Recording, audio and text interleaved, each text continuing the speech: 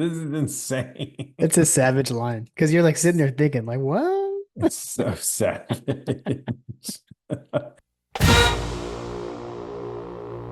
Welcome to My God a Podcast. I'm Jim Wood.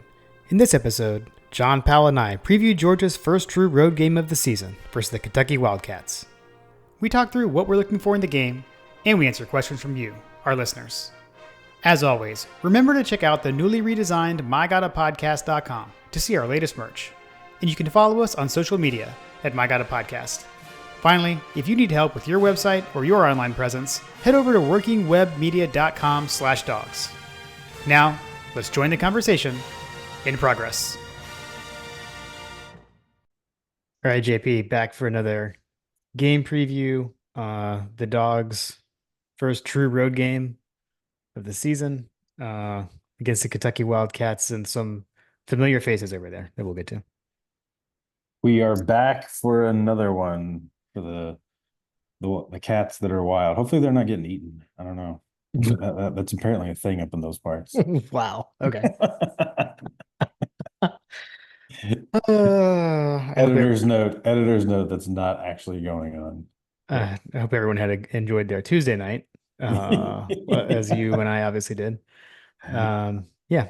So yeah, now Wednesday, coming in hot. Sorry, I know I ran a little late. Had a Zoom call or not a Zoom call, a FaceTime from the college student, and then had to get in an episode of The Bear with the remaining teenager, per her request. So, but made it. Coming in hot, but made it.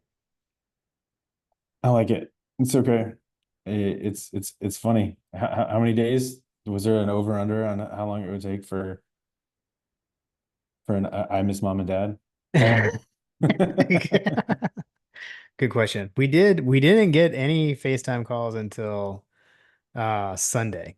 So Sunday was the first FaceTime. We had just been like texting and stuff, but we got the first one on Sunday, but today was a little longer, but it was good. It was good. We got good updates on all the classes and everything. So she loves her classes. It's pretty cool.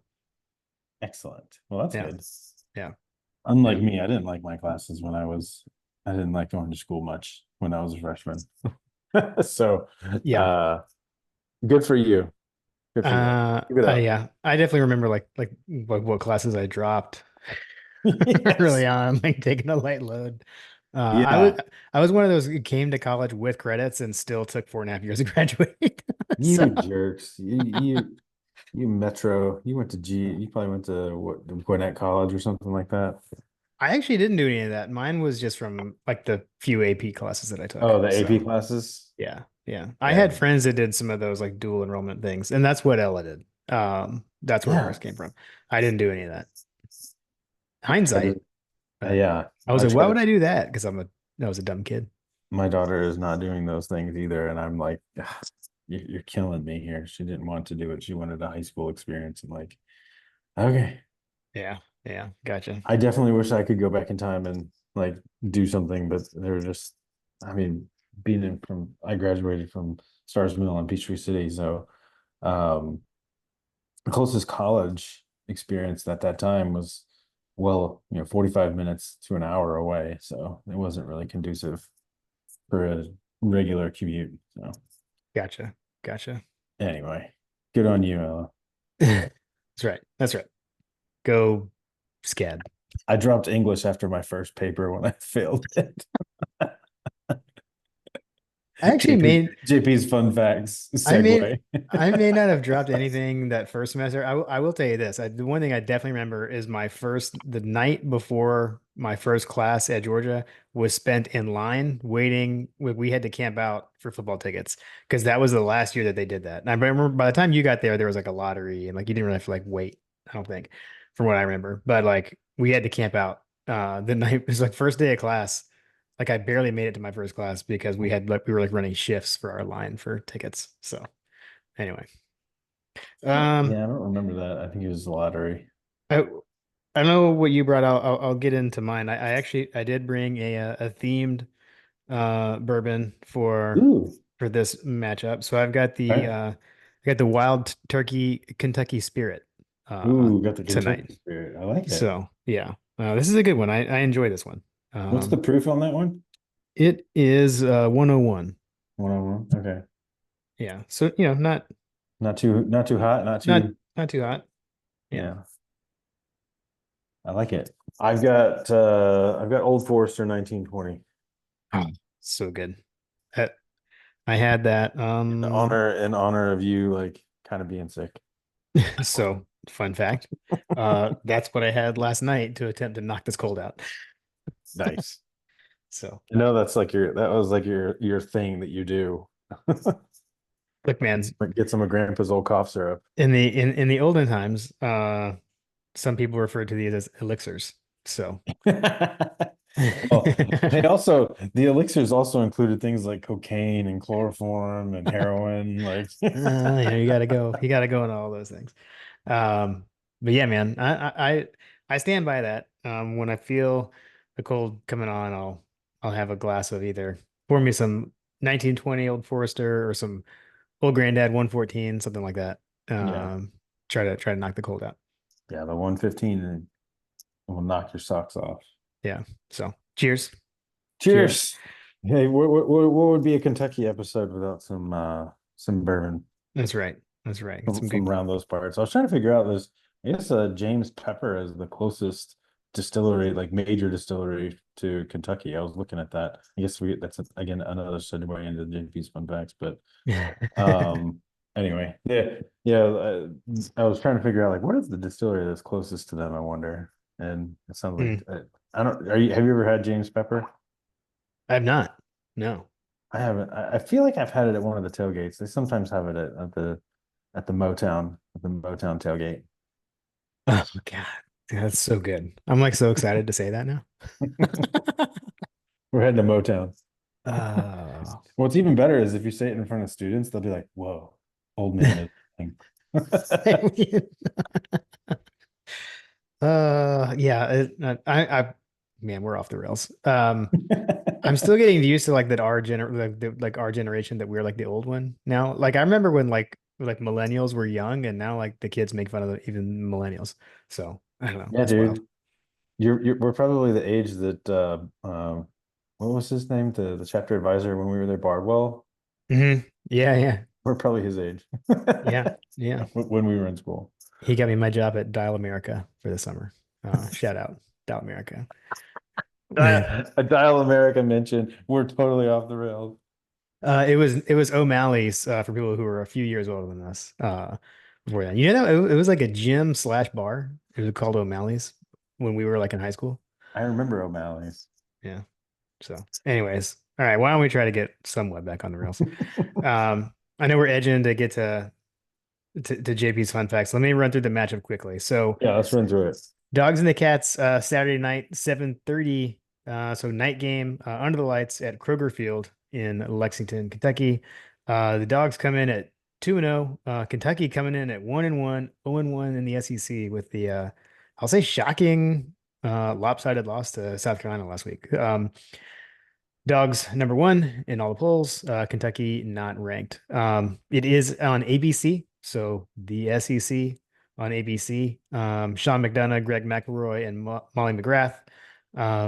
Official hashtag that we will forget to use, hashtag UGA versus UK.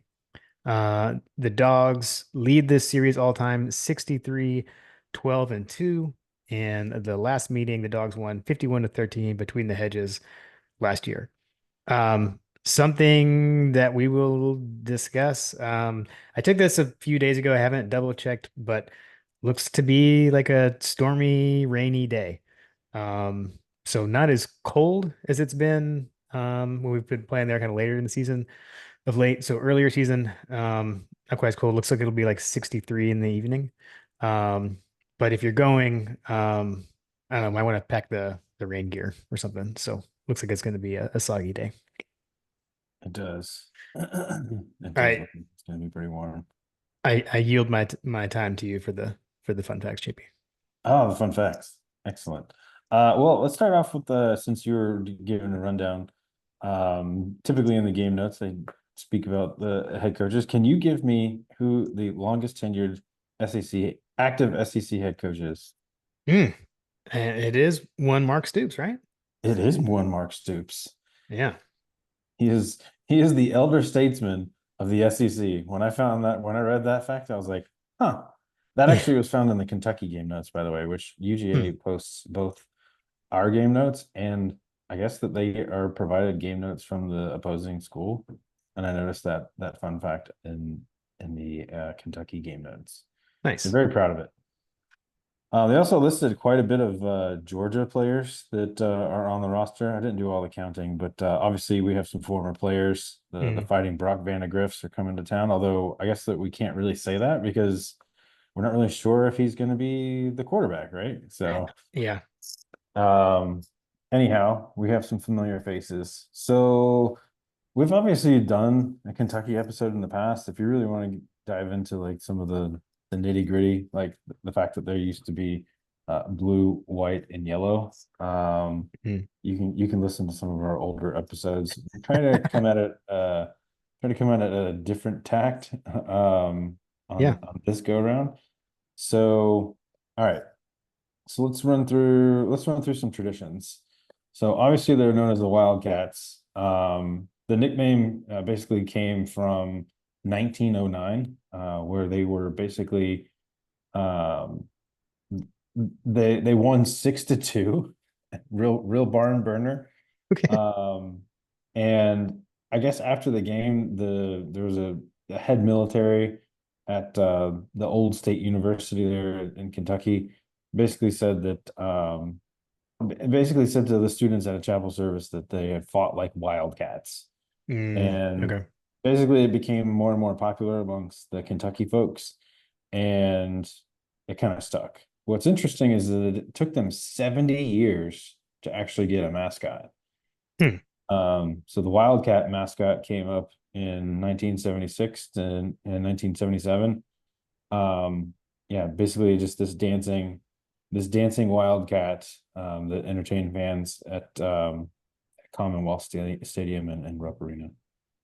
Interesting. Um, let's see here. We talked about this. We talked about the colors. Um, the University of Kentucky has a seal that is modeled after. So you know how UGA has a similar seal to the state of Georgia.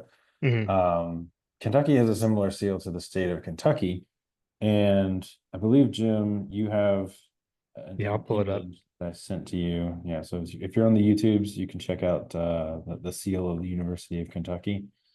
All right, so let's talk through this. So the state seal depicts two men that are embracing on the front. One is dressed in frontier garb, and then the other is more of like a formal state. They call him a statesman. Hmm.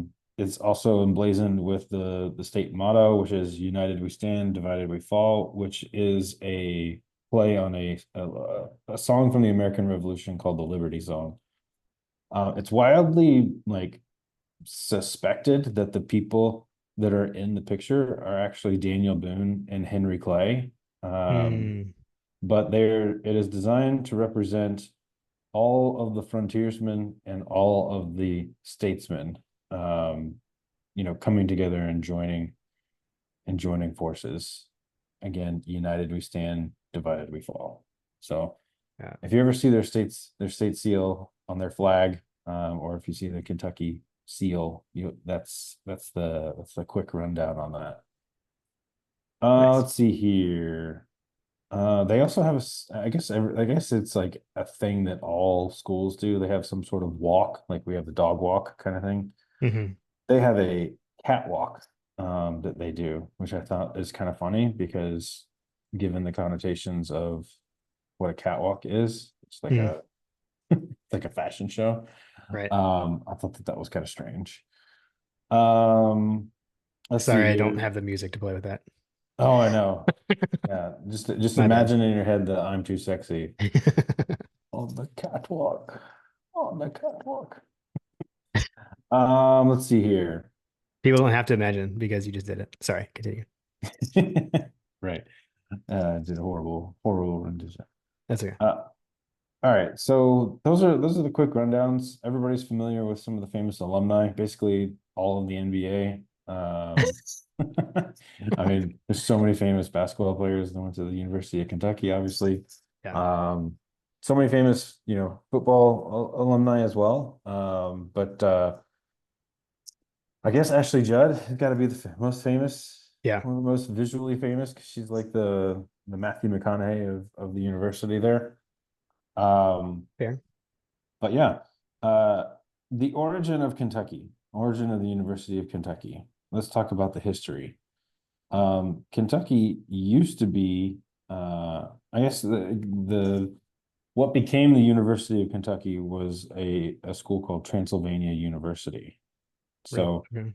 and it started out as an all male school, and just kind of through different acquisitions and obviously the land grant that we've talked about that on the podcast that basically founded a lot of the higher learning establishments in the country. Mm. Um, Eventually just became the University of Kentucky. But yeah, Transylvania University, that's who we're playing this weekend, folks. Drop that knowledge while you guys are on your bourbon tours. Let's see. What else? What else did I have here? Um, so talked about the all male school. Oh, it is I guess I didn't realize this, but they have a goal to be a top 20 research university in the country by 2020. I don't know if they actually like met that, but like that's what I was reading. They're a R1 research school, which means that they are highly involved in research and medical. Like the medical school is apparently very, very well known, and the medical care at the University of Kentucky for students is also widely regarded as being very, very, very good. So Hmm. um, they they're a big research university, there's a concerted effort at the state level to make them so. Again, we've talked about this in the past. There's a difference between being committed to winning and financially committed to winning, and they Yeah. became financially committed to being a research university. Got it. That is the quick and dirty. Nice. Yeah. Nice. I had added one thing. We had a Bubby Dean fun fact that Ooh. he submitted. We always say give us a question or a topic. I figured I'd pull this one up here. He had an interesting fact. He said this is the first time the Dogs have played Kentucky in September since 1942. So that was interesting. Oh man, that is right up a Jim Wood. That is right up Jim Wood's alley. Because you were talking about that. You were talking like you're like, why are we playing this so early? God. Yeah, the time of the year stuff is yeah. Go back to this should be the game before the last team we played before Florida. Get off my lawn. Yeah. Oh, that's amazing. Bring back the 2002 SEC schedule, please. Anyway. Really. All All right. right. You want to hit Hasty's Harvard history or did you want me to this week? I'll hit it. All right. I'll hit it. What did I do with it? Oh, there it is. All right. So we've got Hasty's Harger history. Insert music here, Jim. Yeah, music's coming. Yeah, All right. working on it, working on it. There are some campus traditions that are specific to football. The lone trumpeter, ringing the chapel bell, the dog walk, which we talked about. Some campus traditions are specific to UGA students. Squeezing into an orbit bus at the Tate Center, eating a late night dinner at Snelling. So delicious. Chicken Philly. Chef's kiss. Being careful to not walk under the arch until graduation. Definitely did that. Hmm. Um, all of these traditions bind together generations of people who associate themselves with the University of Georgia. Not all traditions have stood the test of time, though, Jim. Mm.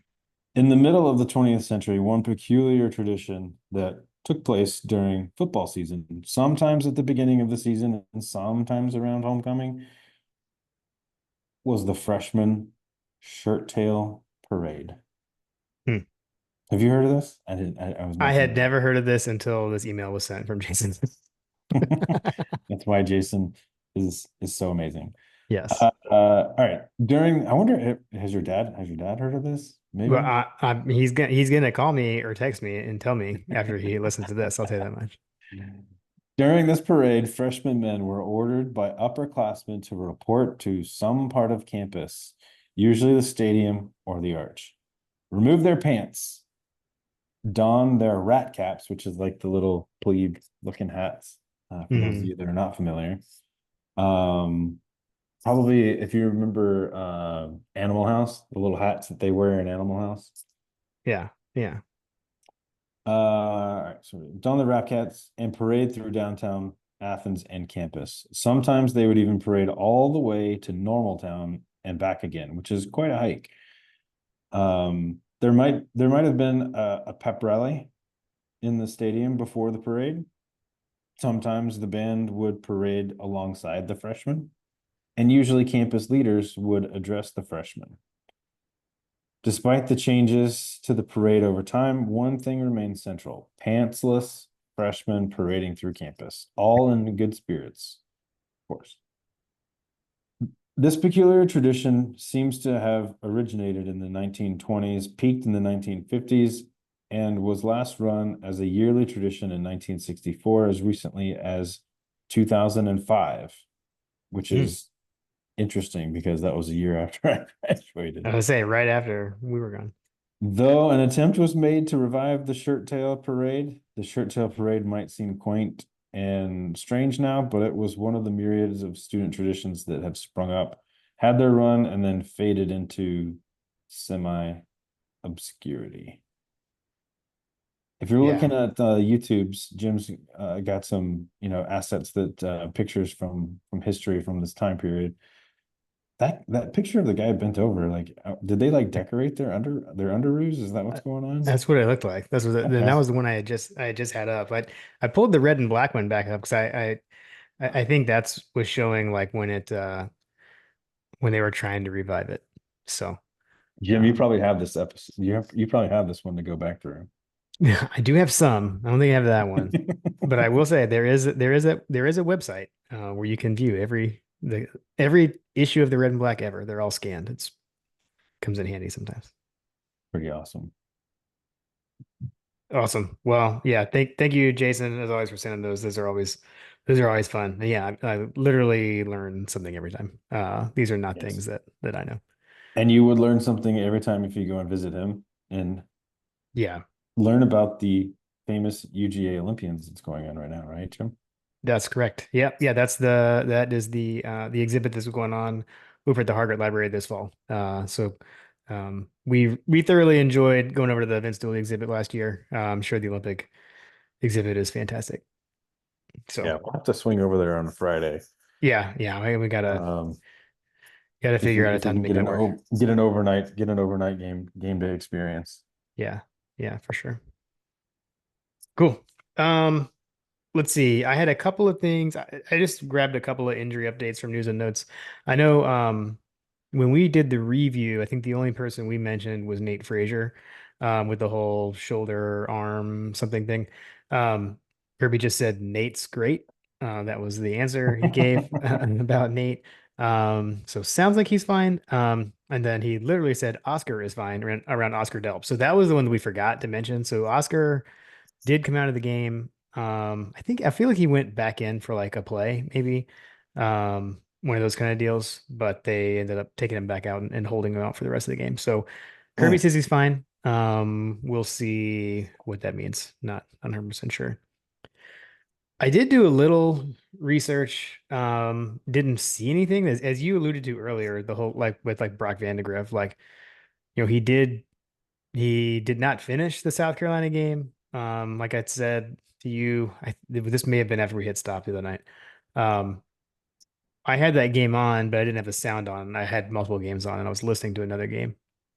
So when he left the game, I didn't hear what the announcer said or anything, but I did see like I kind of just Twitter searches and Google searches did see like some Kentucky people talking about the fact that he was benched during the game. So it seems like it was a benching, but don't know if that was a for the rest of the game, like what the plan is. Like you mentioned the whole like Kentucky notes and everything, and it seemed to, at least in there, they're talking about Brock nonstop. I don't know what that means though. And I didn't see anything like from Stoops uh saying anything, which I wouldn't really think he would. So I guess Yeah. we'll I don't know. We can monitor the socials throughout the week. Or it may just be we find out who trots out there the first time they had the ball. We'll see. Yeah, I imagine that'll be a game time situation. Yeah. Yeah, probably. All right. Let's see. Let's get to it. So let's start off with the Georgia offense. Like what we're looking for when the dogs have the ball. So just some kind of, notable folks on the Kentucky defense. So the leading tackler is Zion Childress. He's a senior defensive back.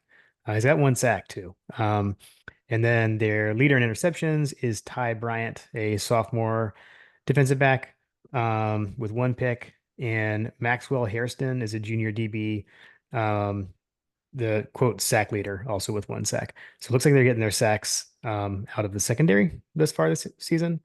Couple of people just to call out, Dion Walker, huge defensive lineman. He really showed out last year for Kentucky. Um, I remember kind of hoping he would go into the portal and come to Georgia. That didn't happen. But the one that did go into the portal and go to Kentucky was Jamon Dumas Johnson. So obviously a familiar face on the Kentucky defense there. Um, yeah, I mean, I will say, in general, like I think what we've been hearing from folks, just talking about this is like as far as our offense, their defense, like this, I think like their pass defense has been suspect and having some troubles. From I think Josh was looking at that from even from like PFF grades and such. So Yeah, I can't remember which graph or image it was that I saw, but he had them like stacked where it was all of the Kentucky metrics versus the Georgia metrics, and it was defense and offense. And I just remember seeing these giant red lines and short blue lines yeah, across yeah, the board.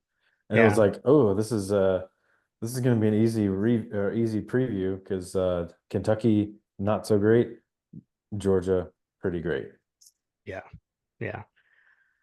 I and I mean, I think thus far this season, like we've been throwing the dang ball thus far. And I think I expect that to continue. I think the question here is the weather. Like what's the Georgia offense going to look like in like the weather situation? I always make the joke this is where Aaron Murray wants to talk about like hand size of the quarterback and how they grip a wet ball and things like that. I know that was an issue with Stetson. I don't remember that being so much an issue with Carson last year. So something to watch for sure. But like you said, Dogs offense really good. I mean, they've been struggling, and that was the thing in that South Carolina game. I mean, South Carolina put up some points on Kentucky, which was surprising to me. So Yeah. expect our offense to do the same. I mean, you figured that South Carolina dropping that kind of game on any SEC opponent is probably an indication that this is on paper should be a pretty convincing win for UGA. Yeah, I Maybe Kirby will let Carson Beck get away with breaking the SEC record this time around. mean, nice. Yeah, 31-6. They go up 31 points Yeah. uh to South Carolina. That was pretty surprising. Um, yeah, I mean, the our leading rusher right now is Nate Frazier. Still, so he's the leading rusher. Although Etienne, man, 78 yards, only 5 carries. I know it was Tennessee Tech, but still. Um, so we'll see kind of what we do there. Is Frazier still the third back into the game? I think probably behind Frazier, sorry, behind Etienne and Robinson. So Got it. yeah. I don't know. I think the only other thing is to see like Delp again, but with him being, getting banged up last game, like will we see anything there, or is he going to be more the blocking tight end and have Lawson Lucky still more the pass catcher, which I wasn't really prepared for this season. But he's the second leading receiver. So you got Arian Smith as the leading receiver and Lawson Lucky second, just on yardage for the Georgia offense. So Right. pretty interesting. It is interesting. Yeah, man. I don't know. I don't want to jump too far ahead on the whole scoring thing, but this does not look like it's going to play very well for anyone involved on the Kentucky side. Yeah, no, I agree. I agree. And this is one of those where it's like not to be dismissive, but just like protect the ball kind of thing. Like this is one of those Yeah, ones where like you just need to turnovers. do your thing and protect the ball. Yeah, turnovers are the great equalizer. So, protect the ball, play smart with the ball, which that is the only thing about like the whole like points like total kind of thing, like night game, raining all day. I could see this being like a Kirby Smart wants to get the heck out, like just win and get the heck out of there kind of Hmm. Georgia Kentucky game. And we've seen that all too many times over the last few years. So we'll see. Also, I'm not excited to see Jamon Dumas Johnson wearing Kentucky blue. I mean, I've seen it already, but um, Right. it's just painful to see. I don't know. That was a bummer. I I don't like it. Not ideal. Uh, anything else you're looking for when the dogs had the ball? Well, when the dogs have the ball from my side of things, I would really want to see the offensive line again just continue to play up to their capabilities and their talent level.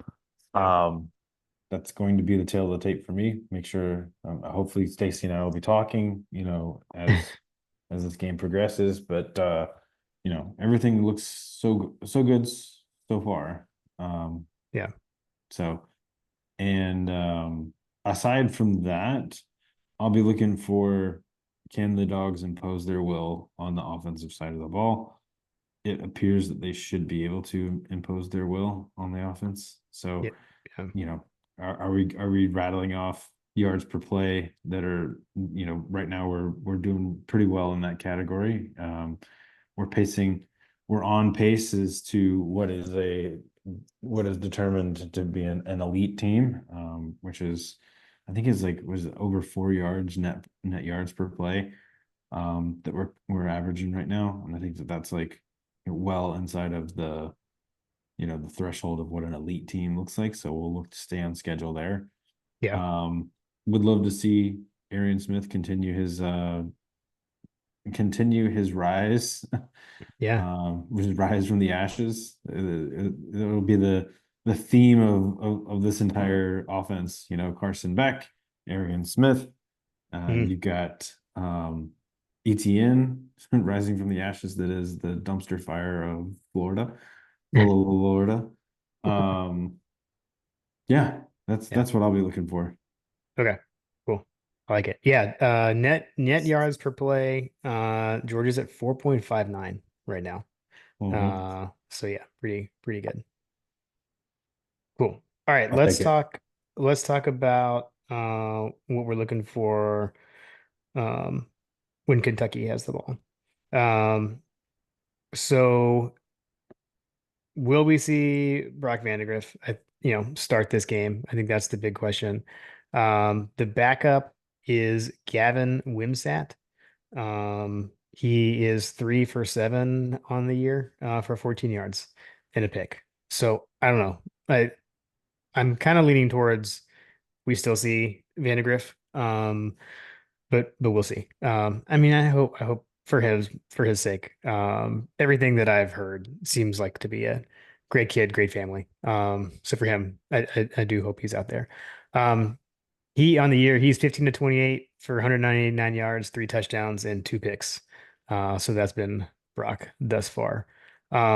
Leading rusher is Demi Sumo Karngabaye. I have no idea if I got that name pronounced correctly. He's a Where's the senior. Scott Howard? Where's the Yeah, Scott Howard seriously. pronunciation? He's had 25 carries for 129 yards and a touchdown. You got a freshman running back, Jason Patterson. He is the second leading rusher.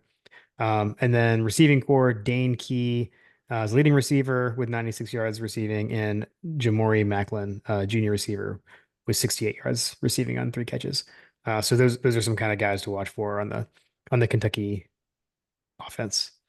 Um, for us, we got, it is good to see. We talk about, or I just talked about like hating to see JDJ go over to Kentucky. Um, but one of those young stud linebackers is really coming into his own in CJ Allen, and he is our leading tackler 2 games into the season. So CJ Allen, Malachi Starks, Jalen Walker really leading this defense. What I didn't see anything in Kirby's notes of anything about was Michael Williams. Um, we know he sprained his ankle in the first game against Clemson. So will we see him? I would kind of guess no. I would tend to think they, if we don't need him, maybe rest him until after, let him and get a bye week as well. Um, just my guess. That's not inside sources or anything. Yeah, I think that if we were playing Alabama this weekend, he probably would play. Yeah, yeah, yeah. So man, I don't know. Like from what I've seen from Kentucky, and I watched a decent amount of both of their games. Their stats are a little out of whack because their first game they didn't finish the game because of weather. I mean, they counted in the standings, but they didn't play a full game, and their first one because of lightning. Um, but then from what I did watch of that game, I mean, I felt like they struggled. Um, I remember, I think like on Vandegrift's on their first drive, he threw a pick. JDJ got a pick to get the ball right back, but um, they've struggled to move the ball. I think they've got a new offensive coordinator this season, so I think they're kind of still trying to find their way so far offensively.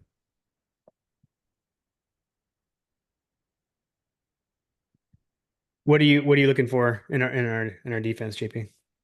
Oh man, domination. Um, I'm looking for them to show me. Mm, This team is not particularly um tuned to throw the ball right now. yeah, Um, yeah, they're really not. I think that this could be a good opportunity for us to just I feel like they're going to grind the clock, which is why the spread kind of scares me a little bit. Um, so I don't know. I'm gonna if you're in a position where you cannot throw the ball and you are not adept at throwing the ball against this team, that is a recipe for a long night for you. Yeah, yeah, Um, agreed. because we pretty much every year, even if it's an off year, we're pretty much designed to shut down the run. Um, as a philosophy, right? Right, Um, right. you're not going to run sideways. You're not going to run through us. That's we're trying to stop or shut down the run. And then if you throw it on top of that, and your best quarterback is throwing at 53%, like yeah, that's a recipe for some third and longs, and that's just not gonna sit very well against us. Yeah, and from what I have seen, like with Vandergriff, it's a lot of like read option, like zone read option kind of stuff doing. I've seen him. He tugs the ball and runs a lot, from what I've Right. seen. So definitely watch for that. But talking, I think that's where those young, fast linebackers come into play. So look for whether it's CJ Allen, Raylan Wilson, we mentioned Jalen Walker, tracking him down, and then I mean shoot the safeties. Um, I'll be watching for that, and set the edge, keep contain, don't let him break contain, and I think we'll be just fine. Yeah, I would say that that's a fair assessment. Being able to keep the quarterback from running at a high clip is definitely something that we've tend to struggle with, but I don't think that they're going to have any problems here. But um, Yeah, yeah, I would say that we're. I don't think that this is a game that we're going to see a ton of sacks. I don't know if Coach has those in his over unders. Um, but I think that this is going to be a game that is going to be, especially if it's raining, it's just going to be a grinder, man. It's going to be a grinder. Yeah, yeah, that's kind of how I'm leaning. That's how I'm leaning. So, um, I don't know. I'd love to see the weather like hold off and not be like that, but I mean, we'll see. I saw Wise Dogs posted something earlier. He said that the forecast looked like it was turning, but I have not seen it quite as rosy as what he was seeing. But Some wise words from Wise Dog, yes, some possibly. wise words. Yes. New segment. Um, He he wouldn't last that long to hear it. oh, got him. Oh Sorry. man. Sorry. Shout out Wise Dog. Yeah. No, I think that yeah, I think that this is just gonna be an absolute grinder for them. Yeah. All right, you want to move on to the special teams? Got a couple of things there. Um, Unless you have anything else yeah, defense yeah, or their no. offense. I actually have some things for special teams as well. Oh, nice. Yeah. Do you feel free to jump right into those or No, do you you want can to? you jump in and I'll add my color. Okay. Okay. I'll be So I'll be let's the I'll be the Lauren to your Larry okay. or the Scott Howard to Nice. your Even Larry. though it's clearly backwards, according to our website bios. Um, So let's funny. see. So, okay, I guess two things. One, they do have an Australian punter, so they've at least got that. They have figured that out. Wilson Berry is a junior. I don't know how to pronounce where he's from. Mary Bimong, Australia is where he's from. 7 punts for 297 yards, and a 42.43 yard average. So he has punted a lot considering, like I said, they didn't even have a full first game. And then Mhm. their kicker is Alex Rayner, senior. He is perfect in the season. 3 of 3 field goals and 4 of 4 on extra points. Um, Something that jumped out to me and John, like if you looked at the stats that I pulled together, you'll see that our kick returner, like kickoff return, is blank. Uh, the Georgia Bulldogs have not returned a kickoff yet. So every kickoff has either been a fair catch or gone out of the back. It's basically been a touchback or fair catch. Wait, Uh, we haven't we or have not they returned a, we have not run back a kick yet, like at all. huh. They've all Okay. been touchbacks, as we've received. That is a fun fact. Yeah, we haven't received many, because people aren't scoring against us. Um, Right. but yeah, so no kickoff returns yet for the Georgia Bulldogs. Uh, Um, and then again, obviously we still have the Brett Thorson. Brett Thorson's streak is still intact, with no one returning his punts. When I talked to my dad today, he pointed out to me that he said to you during the game, that the Brett Thorson punt was like the highest punt he had ever seen in his life. Uh, he said it kicked it a mile high. Yeah, and then Anthony Evans, he's averaging 10.63 yards per punt return. So that was pretty cool. That's what I had for the special teams. nice. Um, okay. So my special teams notes. Um, the punter, the kicker, place Mm, kicker, Alex Rayner, yeah. is a local boy. He is from Harrison High School, and my daughter is friends with his brothers. I think I mentioned this on the last time we played these guys. He Okay. was still fairly new, but he's actually a Lou Groza watch. He's on the Lou Groza watch list because he's a pretty good kicker. Okay. Okay. But yeah, local boy, Alex Rayner, pretty good. He's a transfer from Georgia Southern as well. Okay. Got it. Cool. Yeah. Nice. Yeah. You probably said that last year and I already forgot. So I don't know why you would log the Kentucky kicker notes in your in your archive, but I wouldn't put it past you. That's okay. That's okay. Like I said, I feel like I'm running out of room. So only so much space in there these days. Right. Cool. All right. Why don't we hit the listener questions? Um, so as it with every game preview episode. The listener questions are brought to you by Working Web Media. So we sat down with Working Web Media last off season. We wanted to redo our website. Really weren't happy with what we had. Or like our store was on a separate site. Everything was kind of disconnected. So they were kind enough to work with us, get a brand new site for us stood up very quickly. Able to, review and proof all the design ideas they had. And it was a really, I would say, very simple, smooth, easy process. So if you are interested, first off, head over to mygodapodcast.com, just check it out and you can see some of their work right there. You can check out our store. We got all our merch there. But if you've got a small business, maybe you need a website for your business, or just some help with your online presence for your small business, head on over to workingwebmedia.com/dogs, and then they will know that we sent you their way. All right, GP. Let's start off with Brett Building. First up with Building's two-parter. All right, is Kentucky really as bad as they looked against South Carolina? Yes. Okay. I will say the only thing that I'm going to give a little coach speak. My coach speak answer is you're never as bad as you think you are after a loss, and you're never as good as you think you are after a win. So man, I don't know. I don't know. Like I said though, I felt like they didn't look great in their first game either.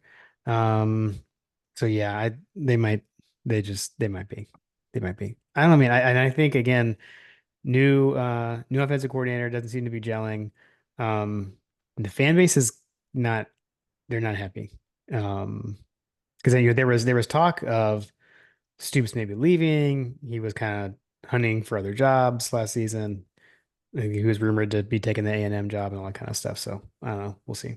But JP with the emphatic, yes. Yes. And then Brett Uh, said, they're "What? they're like, I think that they are, aren't they? They are one of the worst, they're one of the lowest ranked, like they're one of the lowest ranked teams in terms of passing attempts. Yeah, I mean, Vandegrift isn't throwing. Like he hands it off and he runs. I mean, he'll drop back and then he runs. So, Yeah. They rank uh, 125 out of 134 in terms of pass attempts hmm, right now. I'm curious to see how that tracks. Like I said, yeah. not a good recipe for success against us. And I say that he takes off. I mean, Vandegrift has 14 rush attempts, in 2 games, or call it 2 games or a game and 3 quarters. Um, like I said, with their first game kind of ended early. So, Right. let's see. Brett's the second part of the two-parter TM. What bourbon should I try to buy while I'm in Lexington this weekend? So Brett making the trip. Have you He's have you making the been there? trip. Have you been I've there? not. No. Okay. I've No, I've been. never I've never actually stepped foot in Kentucky, I don't believe. Really? Yeah. Okay. It's a pretty drive, I will say that. Although God, I hate to keep coming back to this. I'm usually doing that drive later when the leaves are changing and such. Ooh, When yeah. back. So it was always a beautiful drive in college when the schedule was right. Trying to think. So when, my dad and I went to a bunch of places, we went to Buffalo Trace on our way to Indy, you know, kind of more Louisville-ish. Um, my geography is terrible. I'm trying to think of how far away that is. So I'm not really sure. But I will say, like, when I just remember from talking through the people that worked at Buffalo Trace, like they did say, like, if there's something that you want when you're in Kentucky, you can get it. Yes. You're gonna have to pay for it. Like, because Mhm. like we were like, we're at Buffalo Trace. I thought I was gonna get Blanton's kind of thing, and like that's not how it works. Um, and the guy was like, like if you want Blanton's, I'll tell you where to go, and it's on the shelf. Like I know where it is. He's like, but you're gonna have to pay whatever he said was not something I wasn't gonna pay. So you can get pretty much whatever you want. Yes. What I would say is I would be looking for 107. That's what I would be looking for if I were out there. Okay. I know that it is not, I know that it is, well, I guess where it's Cincinnati. I want to say it's uh, if you were closer to the border, like if you go across the border, like right at the border of Kentucky and Ohio, Hmm. there is a liquor store, like it's like a big liquor store up there where 107 sits on the shelf, is what I understand. Like Ohio is they just have all the 107, all the 107 and Green Label just kind of sitting on the shelf kind of thing. Got it. Got it. Uh, Okay. the guy that runs the Whiskey Consensus has told me that Ohio's got plenty of Weller. Nice. So if it were Okay. me, like, and we're fairly realistic, friend of the show, Jordan, he just went to did a bourbon trail thing for his birthday. And he was talking about how he came across several BTAC options. And like you said, it's up there. Like there's ton of the Heritage Collection or whatever, the BTAC collection. And he really wanted to get an Eagle Rare. What is it? Eagle Rare 17, I think is what it is. Whatever the BTAC Eagle Rare is.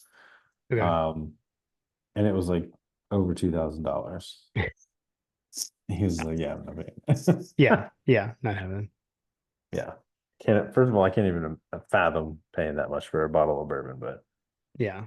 No. Um, I mean, if you want to hang out with Stetson, obviously you should get some Pappy. So, mhm, mhm. all right. Let's see. We got a couple other bourbon related questions that threw up a couple of years. So Rambo, Rambo wanted to know, is it still okay to drink brown water this week? I guess his point being we're playing Kentucky and like Kentucky bourbon. Um, That is yeah, FTMF way of saying like we're not gonna support you. I guess. But like I'm drinking we both Just brought remember, we brought Kentucky bourbons for the show. just So we remember that obviously your say yes. local, if you live in the state of Georgia, your local distributors are the ones that you're supporting, not Mm, those folks. So, there we go. I There mean, we they go. are inadvertently, but Yeah. for all intents purposes with this question, all of the woes and ills of Georgia liquor laws that are out there, which don't get me started on that, but um, you are supporting a local business. Yeah. True. True. And you know what? You did just say brown water. You can get some bourbon from Georgia if you're really wanted to avoid the Kentucky bourbon. Perfect. That's a perfect answer. Like obviously Yeah. it's not a sponsor, but ASW, Yeah. they've got the hunker bourbon and the hunker vodka. Yeah. Yeah. And then see our buddy Dwight got a Motown reference coming here. What is the epicenter for bourbon intake and why is it wherever Morris Hall tailgate sets up the bourbon table? And he said if you said Kentucky to the answer, you were wrong. So uh Motown is where the bourbon flows like wine, I guess. Yes. And people flock like the salmon, the Capistrano. Uh amazing. All right, let's see. Got a few about these are in general kind of like some Brock Vandegrift transferring type stuff. So Bubby Dean said players always want to perform against their former team. Does Jamon Dumas Johnson and or Brock Vandegrift have a big game Saturday night? What say you, JP? All I gotta say is ask Tyson Campbell about that. Mm, mm.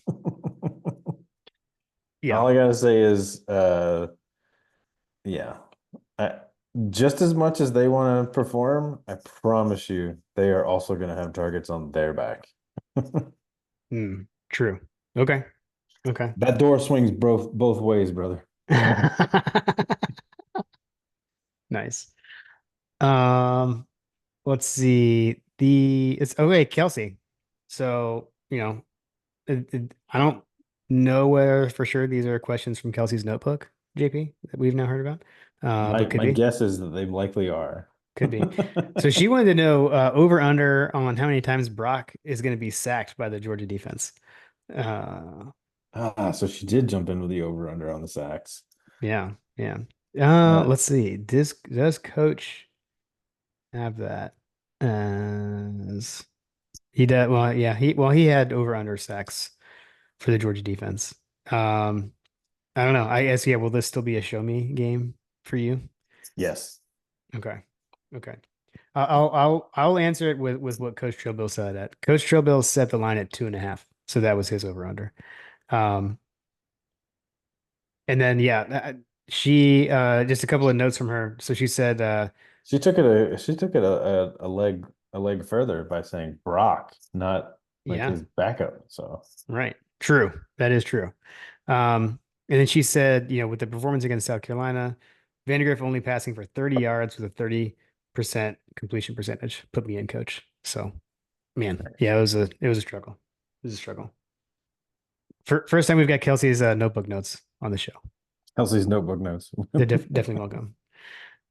Let's see. EUSA K9. How many of y'all that called for Beck to be benched last year want to trade quarterbacks with Kentucky this week? Echo. Uh, I have seen that resurface. Love you. I know one of the Smith brothers, and I'm blanking if it was Michael or Daniel, was talking about this, and had put that out there. I mean, we obviously never said such things. I think early in the season there probably were some, but I would say What the was it answer that we is were supposed to, the what are we saying? anyone who was calling for Beck to be benched last year. Oh, yeah, not last year, but definitely like you and I were talking about this, like whenever whenever he was like going in for Dwan Mathis, kind of thing. Hmm, Like we had to shuffle through a couple of different options. right, right. I mean, there definitely was a time period when I was calling for him for sure, For which I feel Vandegrift? like not for Vandegrift, but for Beck to be benched. But if you're talking about Vandegrift, no, that was never. Gotcha. Gotcha. Yeah, yeah, yeah. No, this is basically people who were like put in Vandegrift last season. Oh yeah, yeah, no. Yeah. No. No, no, I no feel one's like those still people saying do that. not exist. Yeah. Yeah. Well, there were some, but they were, not a ton of people. The actual The minority, actual minority. not the silent majority or Right. whatever. Right. It was, yeah. If you were calling for Vandegrift to come in last season, you need to get your head examined. What was the game? Was it Kentucky when he came? Remember when he like came in for one play and like they said his name wrong on TV or something? They called him Clay or something. Is it? I don't Wasn't that a remember thing? that. I don't remember Uh, and then JR Real said over under how many times do we hear about Vandegrift being a transfer from Georgia in this game on the broadcast? that. Hopefully zero, hopefully one time and then zero after that because Yeah, he'll be yeah, playing he'll be playing so poorly that they won't even come up, they Jim. won't even talk about it. Yeah, well, I mean, it'll, whatever. I don't know. I feel like slam. They're just gonna talk about it nonstop. I feel like they're gonna Slam refer you to him over. as like the Georgia transfer, Brock Vandegrift, like every time they The say his Georgia name. transfer. Like that's all they're gonna say. It'll The definitely be in the transfer opening. from Georgia. Yeah, they're totally gonna say it, like in the opening. So. Yeah. Let's see. Next up, 51-7 GATA. With the dogs playing at basketball school, I figured I would add a baseball question. What are y'all's thoughts of Georgia deciding to go with an artificial turf field at Foley Field? Not a fan personally. I'm a natural grass on baseball field kind of guy. On any Yeah. field, honestly. But All I can say is that if they're playing those games in the middle of the summer, it is absolutely brutal on that turf. hmm, Um, Imagine it might be a little bit different for a stadium like that, but I mean, it seems like that's the direction that we're going in these days. So I guess you better get used to it. yeah, But it's obviously not ideal. yeah. 51-7 GATA. Let us know what your feelings are. I know you're a big baseball guy, so curious what your thoughts on that too. As a travel ball dad, I tend to enjoy the turf because it means that they can't cancel practice. Nice. So you're not like you're not, I saw a thing, it was like I don't know, Instagram reel or something, where it was like youth sports parents reactions when when I practice is saw canceled I for saw bad that. weather. Oh Like, oh man, no. oh no practice. Oh. Yeah. No, I mean, I guess either way, like where Carter's playing right now, he's playing with that they practice over at Marietta High School, Okay. and that field is 100% turf. Um, and so there's never going to be a situation where they do. But if they did get canceled, they have the indoor facility as well, so that's nice. Gotcha. I Um, I like it. I like it because like, let me tell you, man. If you haven't, I mean, maybe you remember, maybe you don't, but like when you have those spring seasons and fall seasons where it's just like constantly raining and they're canceling mm, practice after practice after practice, they're yeah. paying all this money and they're not actually practicing, and it's like, yeah. Yeah. No, that is true. That is true. I would rather they be working on the things that they're supposed to be working on. And I have a feeling that that's part of what's going on with the Georgia situation. Could be. I mean, I haven't like read much into it, but I'm curious about like the infield. Like, is it still like a dirt infield, but then with turf for the grass? No, it would all be turf. You think it's all that's like the whole, so even the infield is turf. I've seen Yeah. that where like they just make it a different color or whatever. Yes, yeah, they make it it looks like a field, but it's actually all turf. Yeah. Yeah. Hmm. Hmm. I've seen it where the infield is all turf and the outfield is natural grass. Um, Okay. I am not a huge fan of that. Mostly because usually when I've come up against that, there's a huge drop off.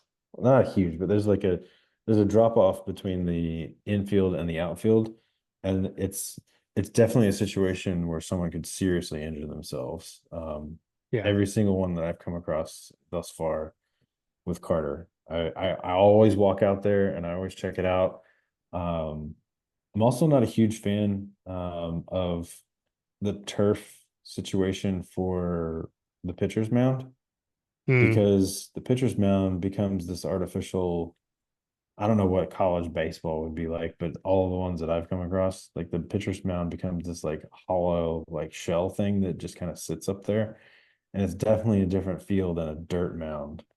Yeah. It's Yeah. Yeah. definitely completely different than a dirt mound. So anyway, whenever Carter's pitching, I always walk out there with him and I'll show him how the ball bounces and rolls on whatever particular turf so that he can see Hmm. how it reacts, whereas the grass is usually pretty universal. Gotcha. Interesting. Because it is different. There are different turfs out there. Like Yeah. I think that George talked about the squishy turf that they have for the NFL Combine and how people typically run slower at the NFL Combine because the turf is so much squishier than other turf. Hmm. Interesting. Anyway, I off don't the know. rails. I'm like, I don't like it because then you can't say off my lawn when you don't have real grass, and you have to say get off my turf or something. I don't know. I don't like it. All right, got a couple of Kentucky as a basketball school type questions. Fletcher Proctor coming in. If we hang another 50 on them like we did last year, would we even want to hire Stoops as a defensive analyst? I I mean, mean, I'm I don't sure know. I'm sure that anytime you have a former head coach that's been around for 12 years in the SEC, it's probably going to be a fairly positive addition, but Yeah. you know, to each his own. Kirby does like to collect former head coaches I on the mean, staff. So that's what Saban did. yeah, So yeah. It's now the new Kirby Smart rehabilitation program. Um, let's just say that all of these SEC schools have done really well at recruiting the state of Georgia mm, because there's so much talent. So if you were pulling an SEC head coach, a former SEC head coach, you most likely are pulling in somebody that has some connections to high schools that you most likely would like to have connections with, particularly in right. the state of Georgia. So if that is the case, then you know all it can do is help you. Like I don't necessarily see a negative of bringing in a head coach that potentially has connections to a kid that you may want. More importantly, like in the age of the transfer portal, like they may have connections to universities that we may have want players from. You know what I mean? Yeah, yeah. Agreed. There's a lot wrapped up into it. Yeah. There could also be other aspects of it, like how they run their NIL, like all this different stuff. Yeah, for sure. Don't see the downside. Yeah. And he said also Kentucky Hoops hasn't won in Athens in 1,706 days. There's a fun fact for you. That is a fun fact. Um, are they really a basketball power? In air quotes. And they said, "Happy birthday, John." So, Hey, thanks. Appreciate it. I mean, obviously not. Here's a basketball minute for Fletcher. Um, I saw on Twitter. I actually sent this to Matt Moore last night. Uh, Jarvis Hayes Jr. Announced on Twitter that he had received a scholarship offer from the University of Georgia. Uh, so that was pretty sweet. We So old. that guy, oh, I know, right? Golly. That excited me. So I'm sure Fletcher is like, yeah, whatever, Jim, that's old news. Please tell me Um, there's another Hayes brother coming too, or that could potentially get an offer too. like, does he have a twin? Does he have a twin? And then they're gonna go to Western Carolina because the twin can only get a scholarship there and then they transfer. Well, I'm thinking more along the lines of like, Jarvis and Jonas. Yeah, Like that was their th- story. See, they would both have kids, right? oh, well, yeah. Yeah. That's what I'm saying. Like Gotcha. They could be another, first cousins, but then just like right, Jarvis and Jonas. Ooh, right. yeah, even better. I like that. Don't know. Don't know. And then John Michael D said, "Do we see Big Blue Nation tweets saying it's officially basketball season before this one is over?" It's possible. I feel like they probably already have. They lost. They lost to Shane Beamer, guys. Yeah. Yeah. Fair enough. Fair enough. All right, let's see. All School is next up. Is this a trap game for Georgia? Are we mature enough to decline to swallow the rat poison? I feel like we were mature. If last year left a chip on our shoulders, we will just routinely mash the lesser teams without looking ahead to the big games. You know, what's funny is that last year, Kentucky was the team that it was, for the last few years, it's been like, oh, Kentucky's really good. Kentucky's really good. They didn't give Georgia a hard game.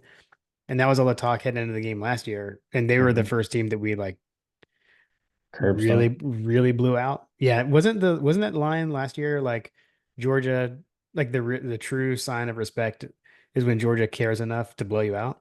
And I feel like that came out of Kentucky last year. So it's just interesting the difference between that and this year. So I Yeah. agree. I'm not worried about rat poison, honestly. I'm not Um, worried about rat poison. I feel like Kirby's done a really good job in that regard with these kids. Is it a trap game? I mean, I guess you could like. I guess it's possible, but just like everything is possible, but the likelihood of that reality at this point in stage with the talent acquisition that Kirby has had, I know that we've played them close in the past. It is a road game. It is at night. It is if it's pouring rain, there's a higher likelihood, I feel like, but either way, I feel like we should comfortably walk away from this one fine. yeah, yeah, agreed. All right. The original friend of the show, Tim Riley. And if you're on YouTube, I put his whole tweet like with his selfie on here. And Tim, I hope that was okay. He put it on Twitter, so whatever. Sure. He's he said, Sweet. good morning, and go dogs this week from Norway. Stoops always plays the dogs tough. How many points does the night environment in Kentucky give the Cats? I say close early, but dogs win big. It win big and head to the bye week. I would agree. How many points does it get? I don't know. I actually don't. To me, it's not so much the night; it's the weather. The rain Mhm. is what would, to me, what would maybe Sway warrant some you. points. Yeah, yeah. Not so much night though. I'm not worried about our guys on the road at night. I think they get up for that kind of stuff. What Will about you? will will will they score the first touchdown against us? Kind of Mm, thing. right. Yeah. Yeah. That is a question. That is a thing. No one has scored a touchdown on this Georgia defense yet.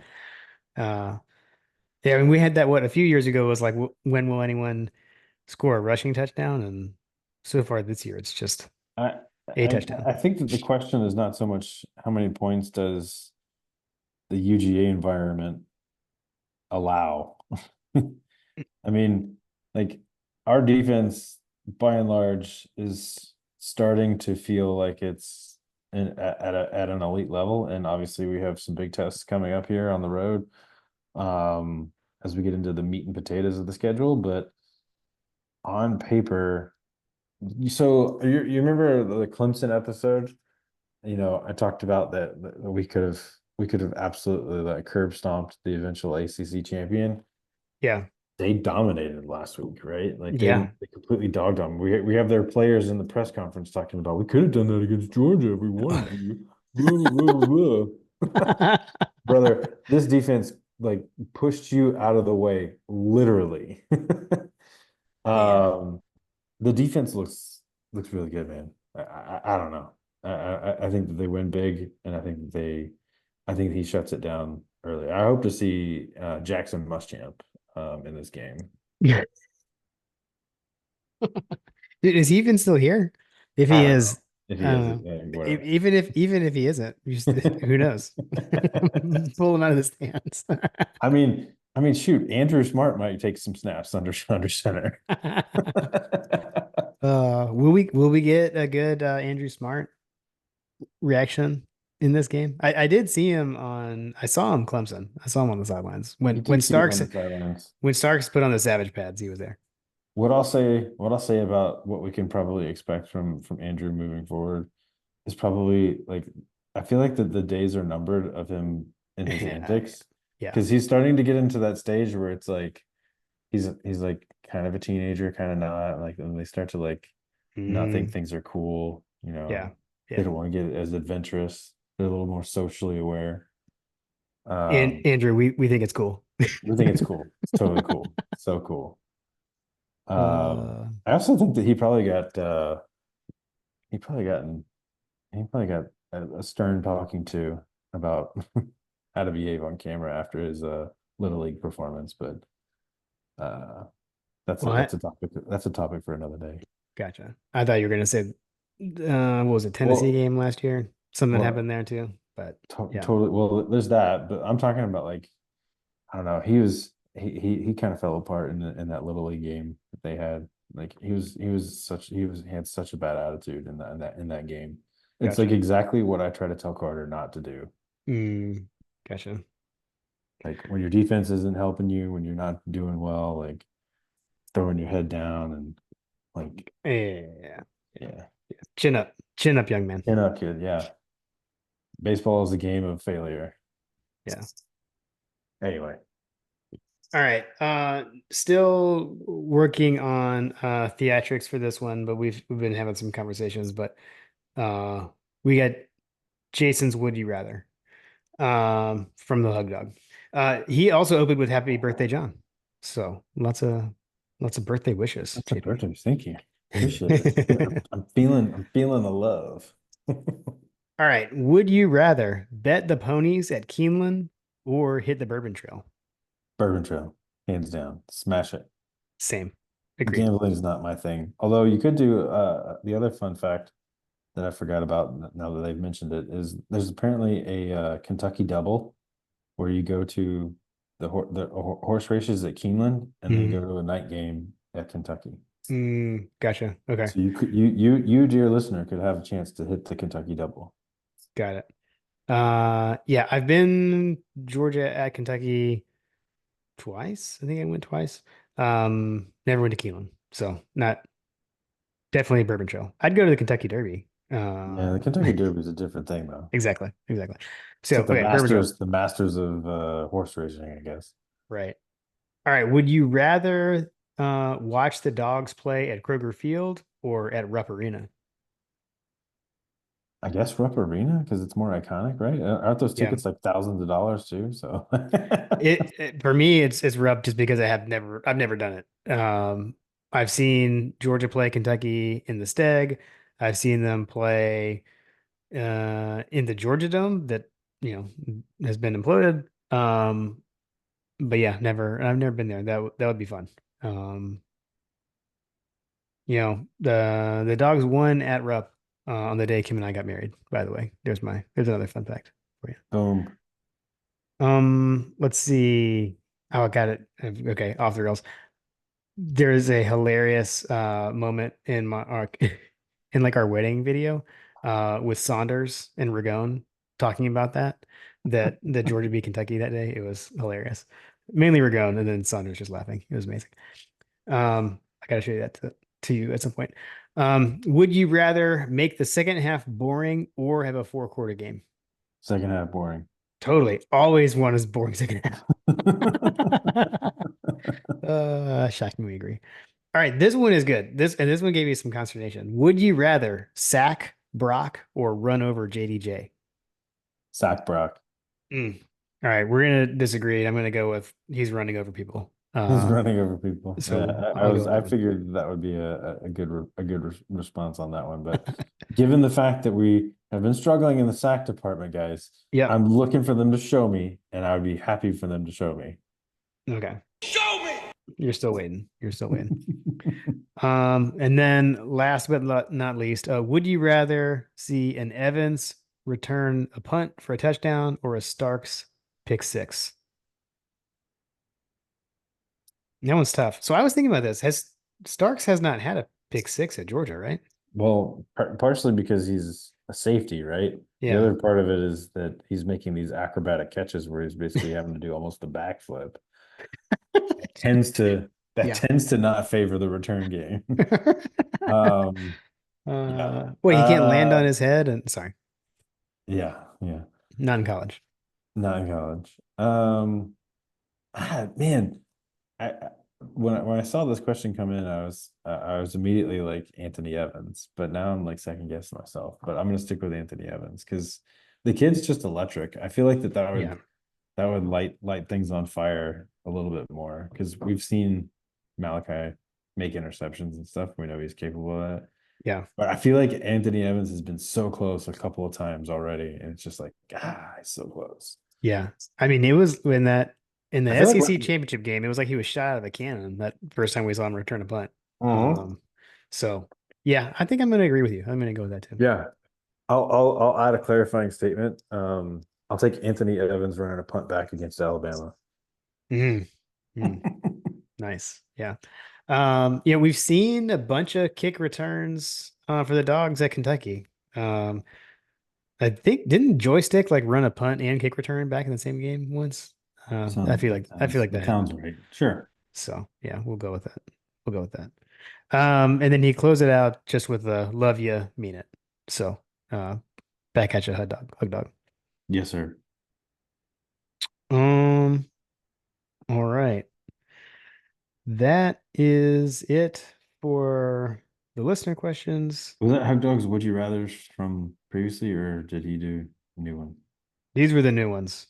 Oh, I don't okay. have the other ones handy. I will say, yeah, Hug Dog, we missed them last time. Apologies. We meant to do them in the Tennessee Tech review, and that was my bad. So, and now I don't know what I did with them. I mean, they're on the interwebs. I could find them probably. All right. We're gonna head over for one more thing.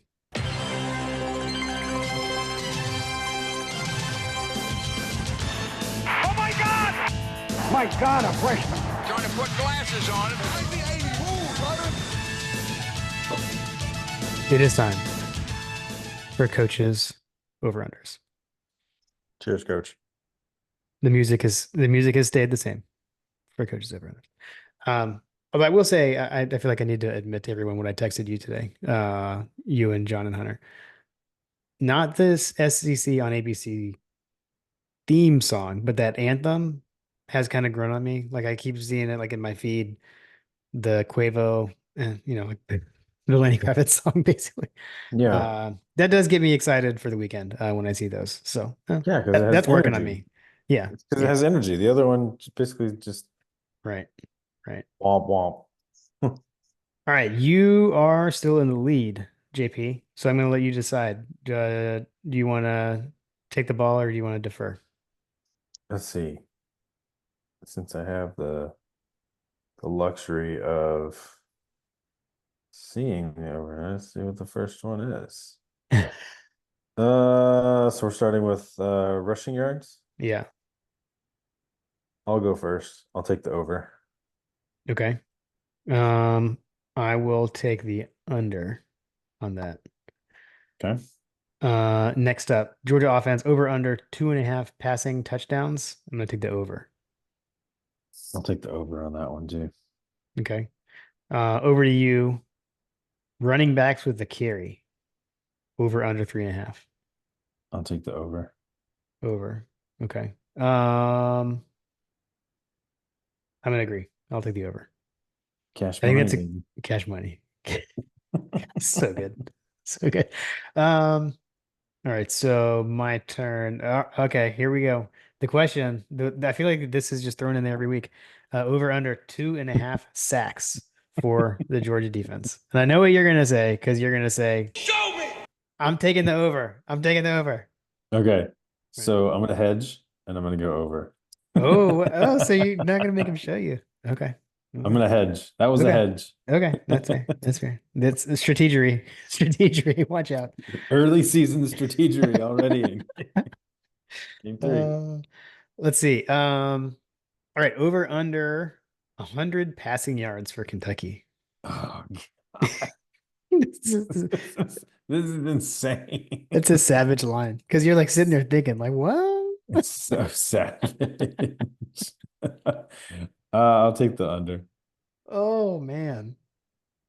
Oh, I can't miss out on being right on that. So I'll take the under when I agree with you. All right. Over under 1.5 forced turnovers. For UGA, I assume. Yeah, yeah. Oh wait, I guess it's my turn. Man, 1.5 turnovers. I'm gonna go over. I'll take the over there. Okay. I could definitely see a pick and a fumble. There. Yeah. So that was my Especially when logic. if it's raining, Right. all bets are off. Right, exactly. All right, over to you. Special teams. Over under 2.5 punt returns for Anthony Evans. I'll take the over. Okay. I'm gonna agree. I'll take the over. And then the miscellaneous. Over under mentions on the broadcast, Brock Vandagriff or JDJ transferred from Georgia. Over under set at 3.5. Smash the over. Agreed. Agreed. Smash that over. Yeah. Coach, appreciate you. Thank you for sending these. Thank you for tracking them. I always like it's a great moment on Sunday when Coach sends us how The results. the results for the week. It's always like such a great moment. It's always hilarious. So appreciate you, Coach. Thank you. All right. Time to get into the predictions. Final predictions for the game. There is a line this week. Last week there was no line. And reminder that our predictions are for entertainment purposes only. We do not give gambling advice. It feels like feels like there shouldn't have been a line based on the line. Yeah. I think when this came out, I think I believe your text was it's a lot of points. So the dogs are favored by 24. The over under is 45. That gives an implied score of Georgia 34.5 to Kentucky 10.5. The predicted score from OddsShark is 42.2 for Georgia to 19.8 for Kentucky. I threw a new one in here. I can't remember. I think I don't know. College Football Insiders, which that's like a collaboration with Parker Fleming, Stats Award. He's helping out with that. So they've got a little modeler there. This College Football Nerds thing doesn't seem to work anymore. So I plugged it in here. This one's got a little tighter. Georgia 37.2 to 22.61. So those predicted things have a lot of points for Kentucky. What do they know? Those things are all they're I'm not going to pretend to understand it. That's where like I'm sure Ross could explain it, but I still probably wouldn't understand it. And that's a me thing, Ross, not a you thing. I don't know. I'm sure there's some kind of metric somewhere that's saying that. Also, I will say it's early in the season and there's not a lot of data to go from. I think in a lot of those models, when it's this early, they have to use some data from last season. So Yeah. it's kind of weird. So Well, use that. Yeah. Makes um sense. Makes yeah. sense. Um so I go back and forth. Like if this was like a 3:30 sunny weather game, I would have like I feel like I would have some kind of huge crazy score. I do kind of feel like that Kirby, this is going to be one of those classic,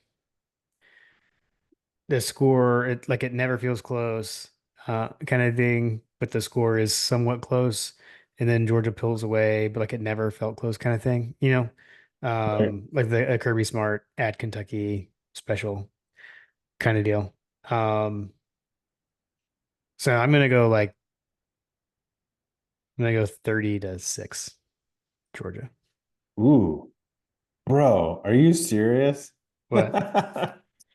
I was gonna do something like a 33-6. Nice. That's okay. You can do Yeah. that. It's our podcast. Yeah. I think that Mr. Alex, the local boy, is a pretty good kicker that they're gonna use as often as they can.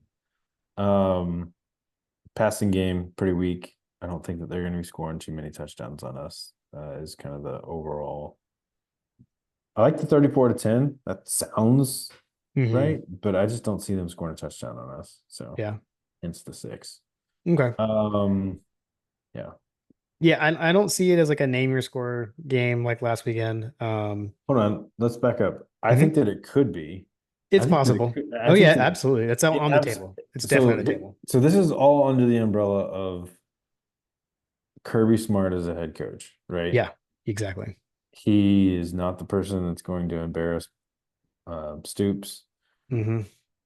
He also, you have to bear in mind that we're coming up on a bye week. The last thing that he wants to do is jump out to a 30-0 halftime victory and then continue to pour it on. And then all of a sudden you get injuries in the second half. Like Hmm. he is Hmm. going to try to clean this thing up as quickly as possible and get everyone off the field. Yep.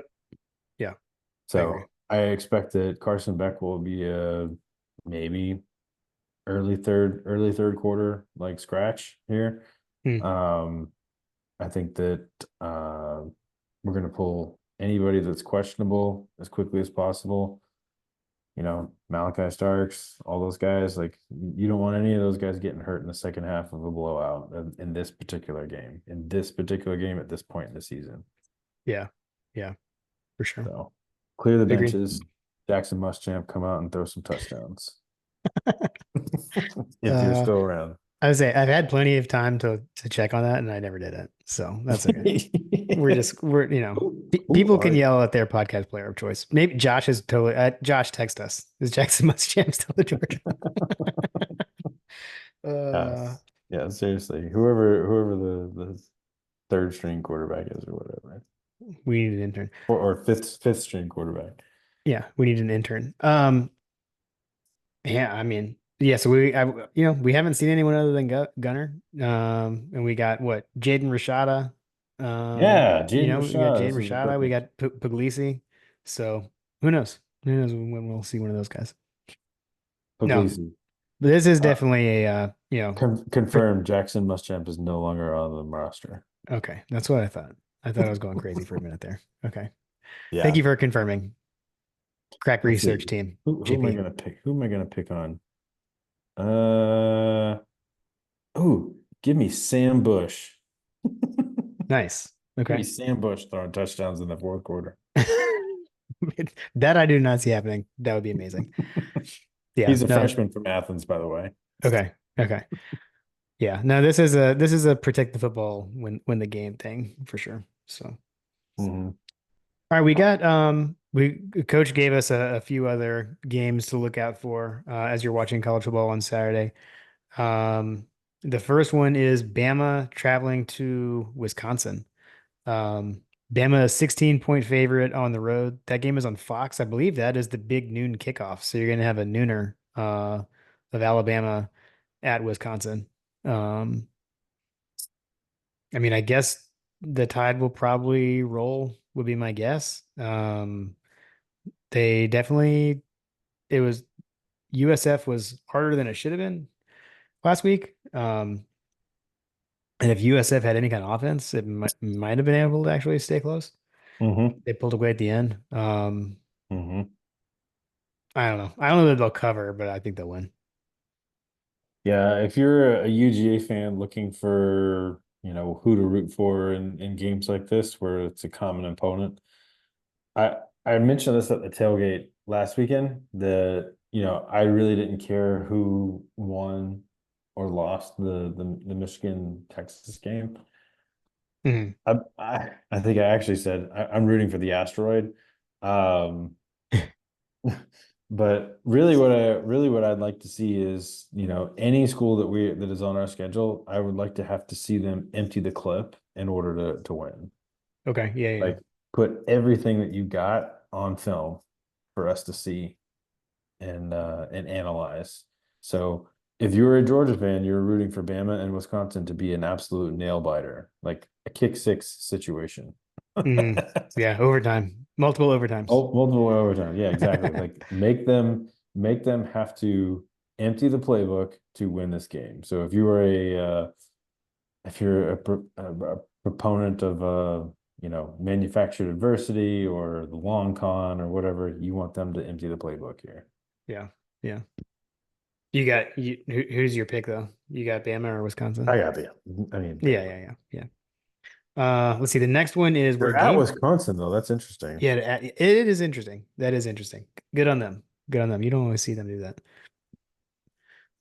Or maybe you do. I don't know. I feel like they used. Would that be a fun trip? I don't know. Would that be a fun trip? I Didn't don't know. They Reagan do the jump wasn't around Reagan thing. wasn't Reagan a professor at Wisconsin for a while? Yep. Yeah. Yep. Maybe he can advise. Reagan, if Sure. you're listening, Yeah. give Love us to some check it. insight. Love This to is a check out. good game. Need to go see him. Maybe stop by Auburn. game. I actually thought about that when I was up there, but I just didn't have time. Yeah. All right. The second game is LSU at South Carolina. Game day is going to this game. I thought that was interesting. Yeah, in LSU is Columbia. yeah, early season game in Columbia. Brutal. They're gonna get broke down in Gaffney, I know. LSU minus 7.5 at South Carolina. That is a wild line, in my opinion. Is it not enough? I don't think it's enough points, but Yeah.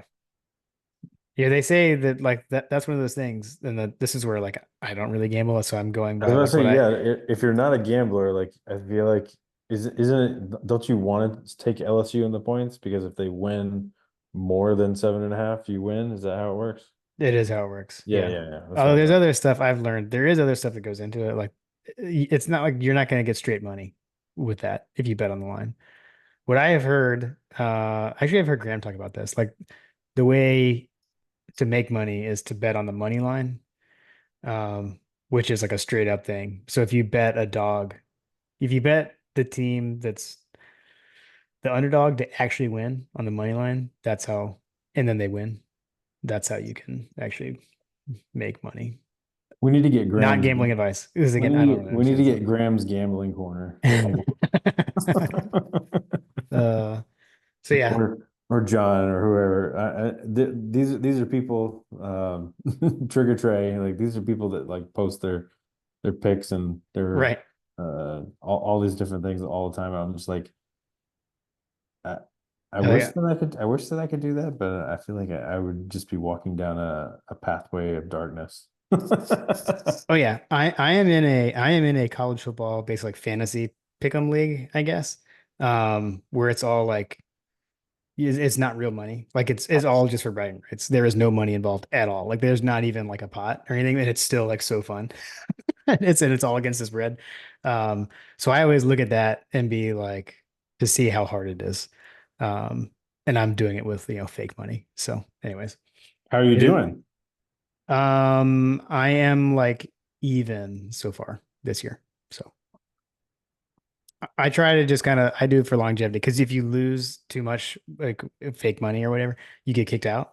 So you have to like last the whole season. So if you go in the Mm. hole more than 1,000, I guess points, you're out. So I kind of play the long game and I kind of spread my money around across a bunch of games to try and just stay in, and then I kind of pick my moment to go for it. So I Nice. won that league once. I've been in for a long time. So I'm not very good, but all right, I got the Tigers. I got LSU. But that line stinks. Like I feel like somebody knows something, but we'll see. Yeah. You got LSU as well. Yep. Absolutely. Uh, Texas Against A&M. Shane Beamer, yeah. Yeah. Texas A&M going to the Swamp to play the Gators. A&M is favored by 3.5. Also a small. Feels like a It's low line, right? just like a super low line, yeah. So I don't know. I'm gonna go A&M. I really don't want A&M to win because Jim, if A&M wins this game, I feel like it pretty much seals the fate of Yeah, one maybe, one maybe. one one Billy Napier. Yeah, Um, yeah. gosh darn it, he's such a good coach for Florida. It just makes sense for him to be there. I mean, he just needs to stick around. I mean, Yeah. I'm gonna go. You got to go with the Gators at the Swamp against these guys. But Okay. golly, 3.5 is super short. Yeah. Yeah. All right, and then Boston College at Missouri. So Missouri favored by 16.5 to Boston College, who has already notched a win over Florida State.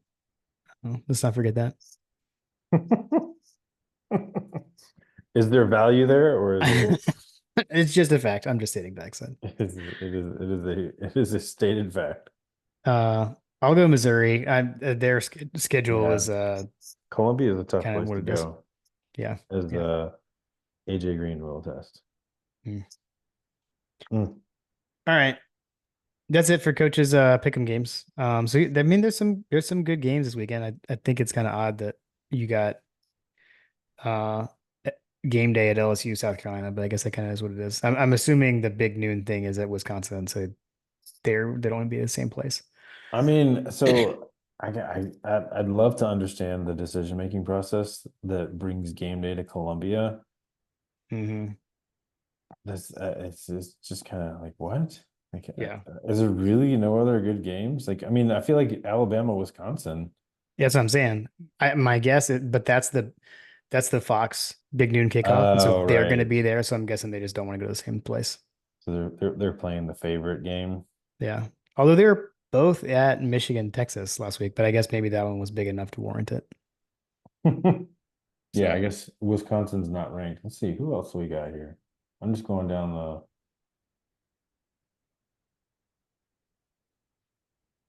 Oh, I mean, Oregon State. I mean, no longer a conference game. Bedlam, isn't that what they call No, Bedlam is Oklahoma State. it? Oh, I got my wrong state. Oregon State is the Civil War, right? Civil War, yeah, something like that. Yeah. It has Yeah, a cool name. It has a really cool name. we had a North Carolina matchup with App State against East Carolina. I'll be interested in that one for local purposes. Local purposes. Yeah, not a lot. There's Not not a a lot. lot, yeah. Not a lot going on this weekend. I mean, heck, number one UGA versus Kentucky. The game's on a broadcast channel at night. Yeah. that's like when you would typically have a game day situation, but I guess, but Yeah. I don't know.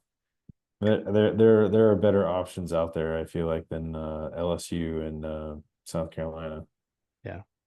Well, what's your plan for Saturday? What's your game day look like? So Lindsay's actually wife is heading out of town for a concert. She's actually going to go see Amos Lee at Red Rocks, which I'm super jealous Oh, about. nice. Yeah, don't get me started. Um, oh yeah, Boston College at Missouri. That's two ranked teams. Boom, done. There you go. Anyway, so this weekend I'm flying solo. Got a lot of homecoming is this weekend, so Oh, daughter's doing the homecoming thing. Um, Camden's got Camden's got cheerleading. Carter's got flag football. So I should be in a position to sit down and watch the game. I'm thinking that if it's not raining, I might pull the TV outside. Hmm. Um, but yeah, I'll be at home. I'll be at home for the most part, probably just waiting to see if anything happens with the homecoming situation. But Yeah. yeah, should be fairly low key. Okay. Yeah, that's pretty much us too. Not much going on. We might try to do a double header sports event on Saturday. We may go to the Charlotte Knights, our local minor league baseball team, and this is the final weekend. So we might head over to the Knights Saturday afternoon. They got a double header, so we may go to the early game. It's like a 7 inning game, so we'll be over early. Hmm, So may go do that. If not, just be hanging around the house. But that's fine. Is that yeah, in downtown Charlotte? it is. Although we call Yeah. it Uptown here for some reason. It is What? Uptown. Not yeah. There's no downtown. It's Uptown. It's a thing. I don't know. Weirdos. Yeah, I've been here for 14 years. I don't know why that is, but I learned it quickly. Like when we got here, we said downtown. I was like, what do you mean downtown? What? You mean uptown? It's like, I guess. What is Uptown? that? Sure. Yeah. So yeah. But yes, it is. It is it's in the city. It's actually right by Bank of America, like where we went for Dogs Clemson. It's right Yeah, down the street. yeah, It's right down no, the I street. know. Yeah, I remember. I know where the stadium is. Yeah, that's the stadium. So I remember going by it and being like, "Oh, that's cool. yeah, yeah. Watch a baseball game." So yeah, just do that, and then we'll, Do they have nice any cool beers that night. they only make there? Only make there. No, Not not like the Cannonballer beer. yeah, and that beer they stopped making that I know you beer said that. actually. So yeah, there's nothing. I could be lying. There might be a Knight's beer. Actually, there is a Knight's beer. I don't remember what it's called though. If I go, I will report Is back. it a cool logo? The Knights logo? Yeah.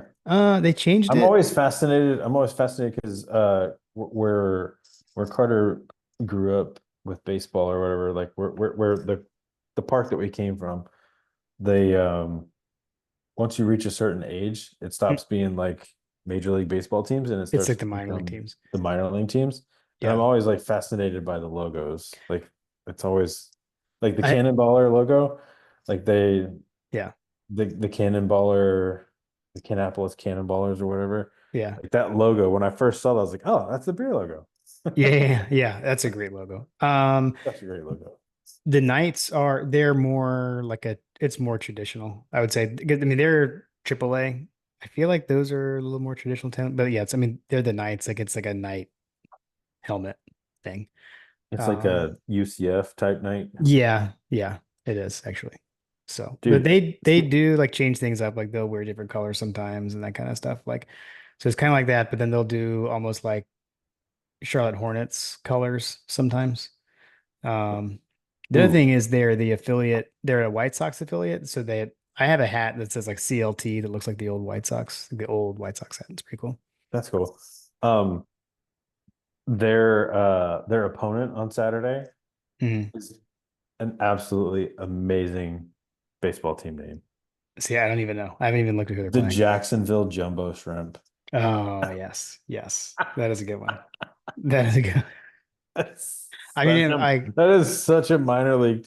And then the logo is like a little shrimp that has like looks like it's got boxing gloves on. I wonder if they'll have any of their merch at the game. Probably not, but that'd be sweet. I like to like go like when they play the Stripers and like wear my Brave stuff. There you Um, go. There you go. I'll pull that sometimes. They're fun though. If you're ever in Charlotte and there's a game going on, highly recommend. The Knights games are a blast. So at Got any it. rate, but yeah. So then we'll be at home watching the porch, probably light a Man, fire, sit outside, watch the game, I'm hoping that it have a stays. bourbon. So I'm hoping that it stays dry so that I can do the fire as well. cool, cool, I don't have the covered patio like you do though. So all good, all good. Cool, man. Well, that was fun. Um, First true road game. See some guys who used to play for the Dogs. That'll be kind of weird, but FTMF. yeah. I think we got I think we're pretty in line with kind of how we're thinking about this one. So Absolutely. Well, if you were traveling, stay safe. If you are participating in bourbon tours, etc., yeah. Uber.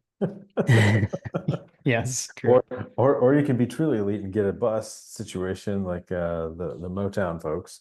True. Man, talk about FOMO. If you are going, feel free to tag us and post us in all of your pictures, Yeah, for sure. particularly if they're related to the bourbon variety. Yeah. But yeah, man, I'm hoping that I'm hoping this is a clear the benches game, and it's over by halftime, and we get cash money in the second quarter, icing the game, basically. Nice. Like it. Until next time, Jim, go Dogs. Go Dogs.